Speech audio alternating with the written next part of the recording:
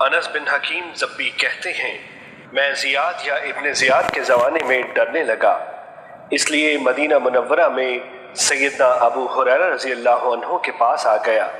انہوں نے مجھ سے نسب دریافت کیا، میں نے وہ بیان کر دیا۔ پھر انہوں نے کہا اے نوجوان، کیا میں تم کو ایک حدیث بیان نہ کر دوں؟ ممکن ہے کہ اللہ تعالیٰ اس کے ذریعے تجھے کوئی فائدہ دے دے۔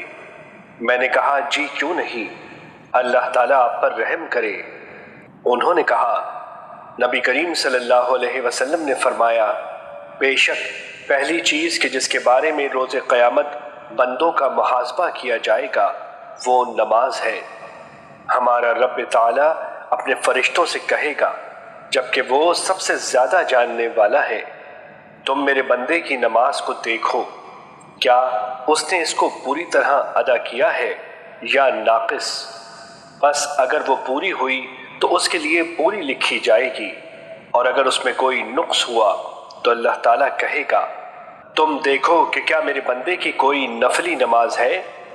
بس اگر اس کی نفلی نماز ہوئی تو وہ کہے گا میرے بندے کی فرض نماز کو اس کی نفل نماز کے ذریعے پورا کر دو۔ پھر باقی اعمال کا محاسبہ بھی اسی طرح کیا جائے گا۔ حدیث نمبر 1072، مسند احمد۔